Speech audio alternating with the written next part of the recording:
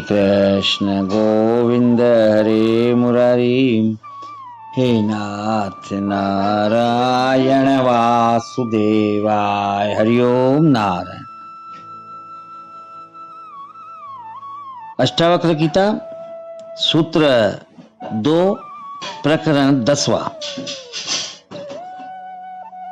अनुवाद। मित्र, खेत, धन, मकान, स्त्री, भाई आदि संपदा को तो स्वप्न और इंद्रजाल के समान देख, जो 3 या 5 दिन ही टिकते हैं। व्याख्या।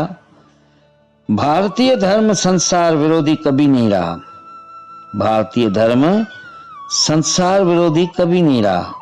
उसने कभी भी नहीं कहा कि संसार मिथ्या है, झूठा है, नरक है, माया है, इसमें दुख ही दुख है, सुख इसमें है ही नहीं।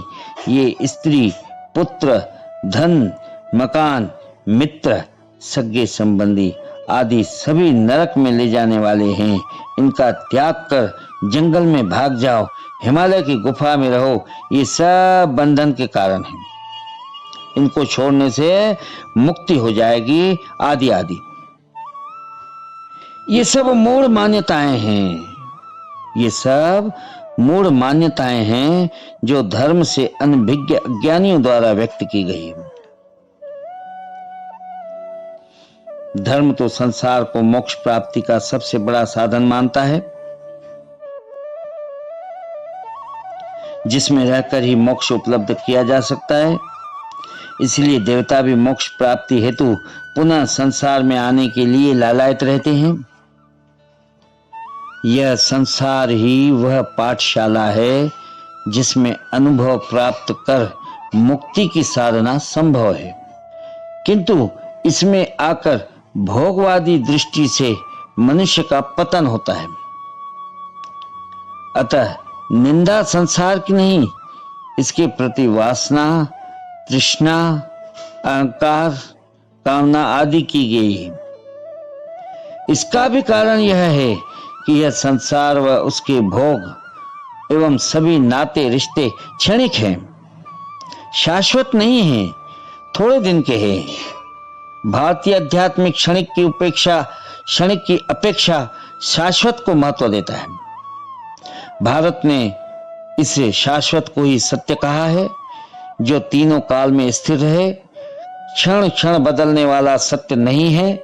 इसी कारण अष्टावक्र जी कहते हैं कि जैसा स्वप्न में सब कुछ दिखाई देता है, किंतु उसके टूटने पर सारा विलुप्त हो जाता है, इंद्रजाल में कई वस्तुएं भ्रम जाल में दिखाई देती है, इसी प्रकार उपेक्षा की इच्छा करने वाले को इस संसार को स्वप्नवत एवं इंद्रजाल के समान मानना चाहिए, क्योंकि ये मित्र, खेत, धन, मकान, स्त्री, भाई आदि समस्त संपदाएं थोड़े समय के लिए सत्य है।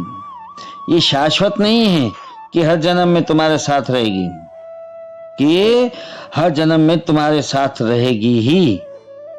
मृत्यु पर स्वप्न की भांति सारा दृश्य बदल जाएगा। अगले जन्म में फिर सब नए संबंधी होंगे, नए रिश्ते होंगे। इस प्रकार अनेक जन्मों में अनेक रिश्ते बनेंगे, वह मिटेंगे।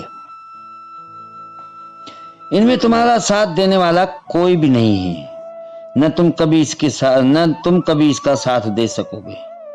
ये सब 3 या 5 दिन ही टिकेंगे, यानी क्षण भंगुर है।